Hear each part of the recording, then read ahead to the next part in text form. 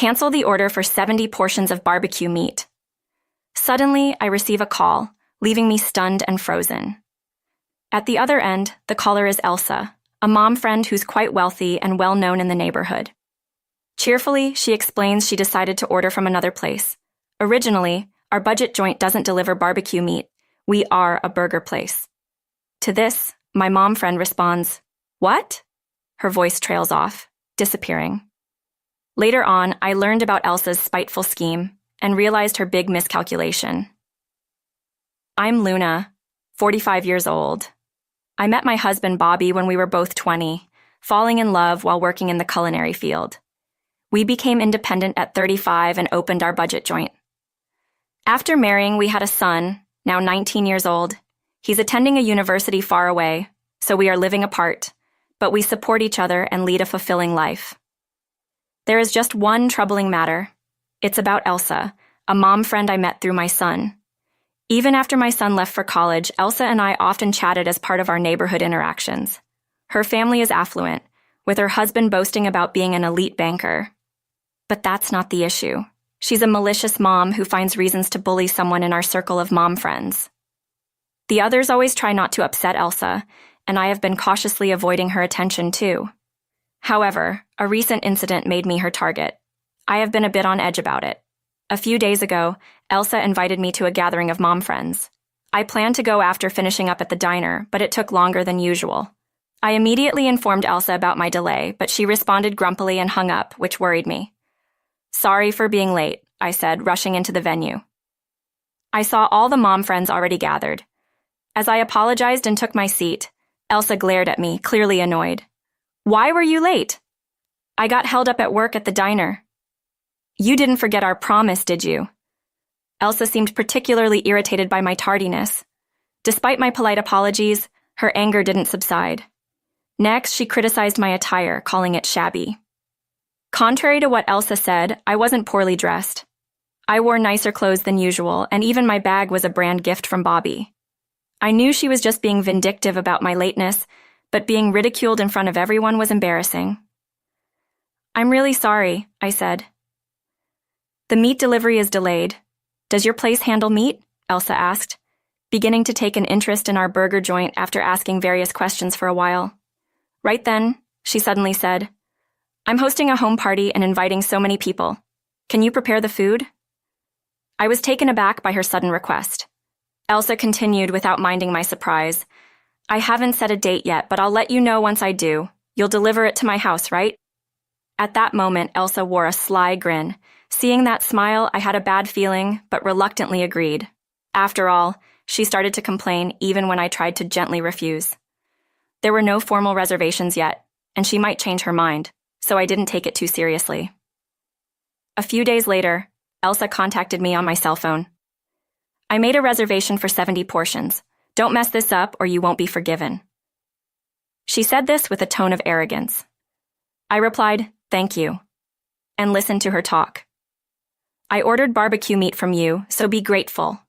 Her words surprised me, and I responded, "Oh?"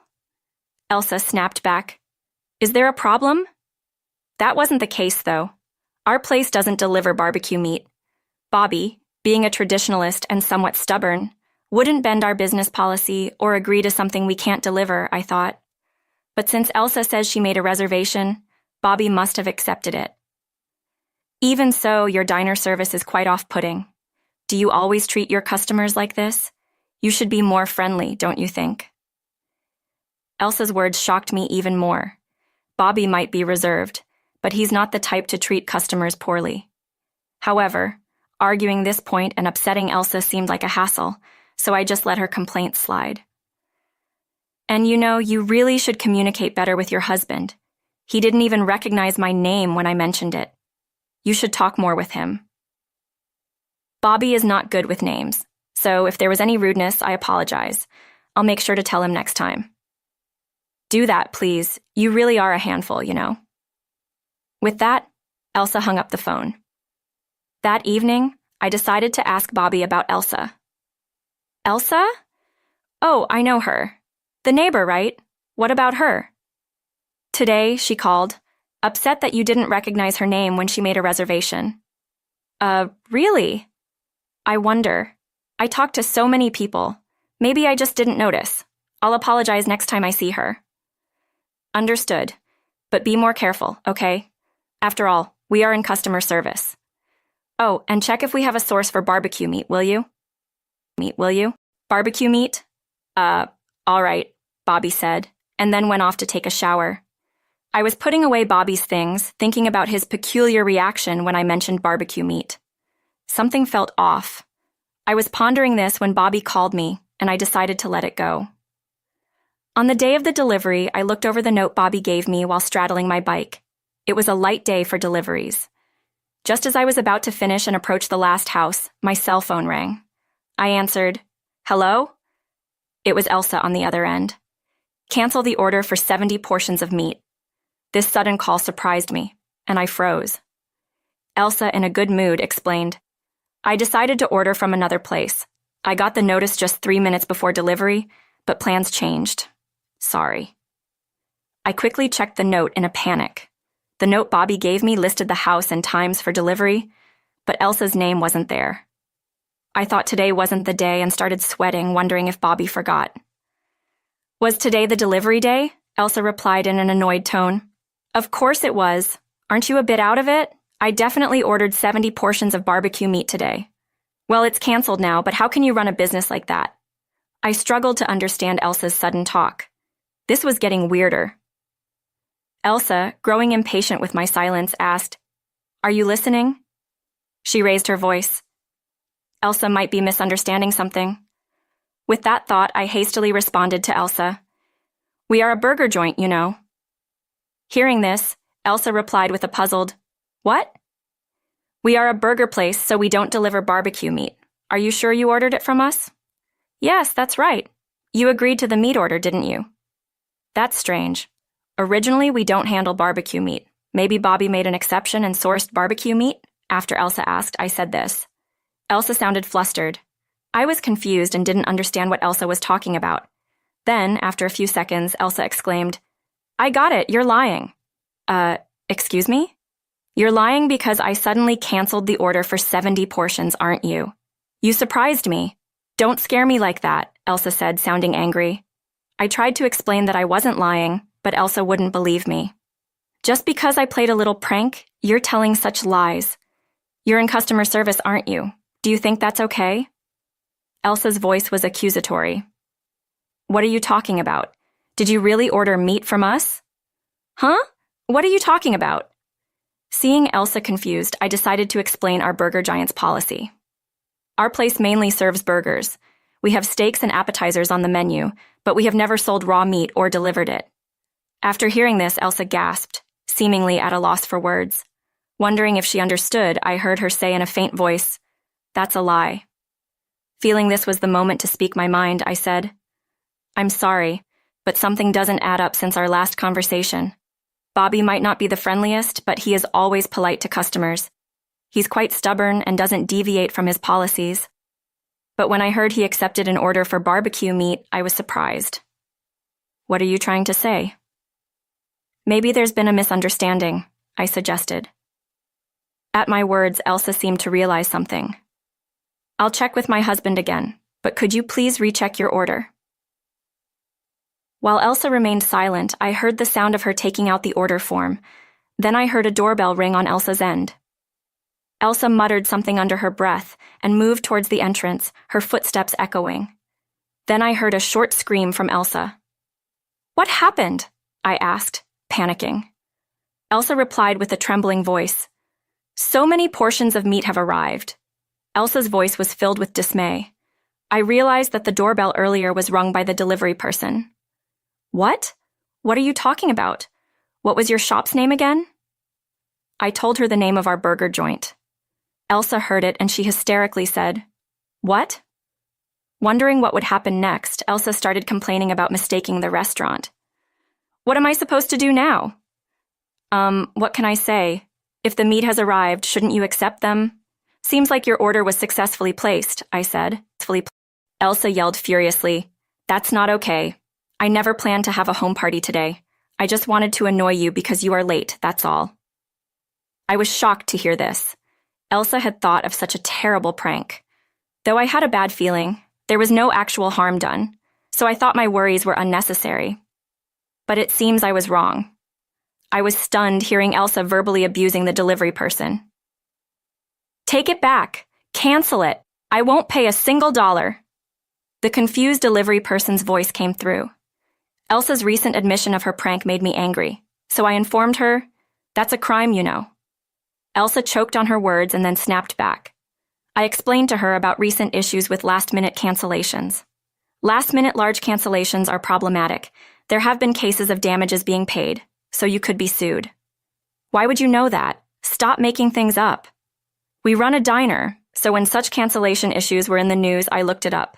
Intentional actions like yours can be considered business interference, a kind of criminal offense, and if not sued for that, you can be sued for breach of contract." Elsa gasped at my words. She seemed to fully understand the gravity of her action. I imagined Elsa on the other end turning pale. The delivery person's voice about suing was also audible. "What should I do? I hate this, and I never intended to pay for it. So how can I?" Elsa was hysterically screaming, troubling the delivery person like a child. Then Elsa told me to come over immediately. So, after finishing my last delivery, I headed to her house. When I arrived at Elsa's house, I saw a bike parked in front of the gate with a logo that I recognized as belonging to my friend Daniel's restaurant. So I called Daniel before rushing over to Elsa. "It's all your fault. You pay for everything." Elsa immediately demanded that I pay for the meat. When I refused, she became even more aggressive. "I meant to reserve at your diner in the first place. It's your fault for having a confusing phone number." Elsa was being completely unreasonable. I sighed inwardly, facing her absurd accusations. "Do you think it's okay to place an order just to harass someone?" "That doesn't matter. I can cancel if I want to." I was utterly dismayed by Elsa's selfish attitude. As I said earlier, last-minute cancellations are a crime. It's better to pay now than deal with more trouble later. As I tried to reason with her, Elsa stubbornly refused to admit anything. Meanwhile, Daniel arrived at Elsa's house with a lawyer. Elsa was surprised to see her friend. So, I explained that he was the owner of the butcher shop. Elsa tried to dismiss Daniel, saying she canceled on the day and told him to leave with the delivery person. Daniel glared at her angrily. "If you don't pay, I'll sue." "What? You're blaming me?" "Sue Luna, not me," Elsa protested. "How can you order 70 portions of barbecue meat and cancel at the last minute? Your name and phone number are on our reservation list, and Luna has nothing to do with this," Daniel replied. Elsa, turning pale, hung her head. Daniel introduced the lawyer beside him, worsening Elsa's shock. Daniel spoke in a calm tone. "We know the situation, so let's discuss it with the lawyer. If you agree to pay for the meat now, we won't sue. What will you do?" Elsa maintained her negative stance. Daniel, apparently frustrated with her unreasonable claims, retorted, "We'll sue you then," and started to leave. Hearing this, Elsa snatched the meat from the nearby delivery person and furiously threw them to the ground. "How dare you try to sell such terrible-looking meat? I'll sue you too." Elsa blurted this out in desperation. Faced with her behavior, Daniel had no choice but to make a tough decision. Later, Elsa was sued by Daniel. Elsa was sued for the full price of the meat, business interference, and defamation. She continued her stubborn refusal to pay. However, according to Daniel, it's almost certain that Elsa will lose the case. He knew Elsa had previously harassed other businesses in a similar manner. Bringing the lawyer was to secure evidence against her. I was shocked to learn about these new facts. Ultimately, Elsa had to pay various damages for the meat and business interference. Her past malicious acts towards other businesses were also recognized, and she had to pay them too. Elsa was harshly reprimanded by her husband, and when I saw her after a long time, she looked remarkably haggard. Although I wasn't directly harmed by Elsa, Daniel insisted on giving me a portion of the compensation as a gesture of gratitude. Initially, I refused, but Daniel persuaded me to accept it. Other friends who run businesses thanked me, and they started coming to our burger joint to hang out. Despite everything that happened, I'm grateful that our diner is now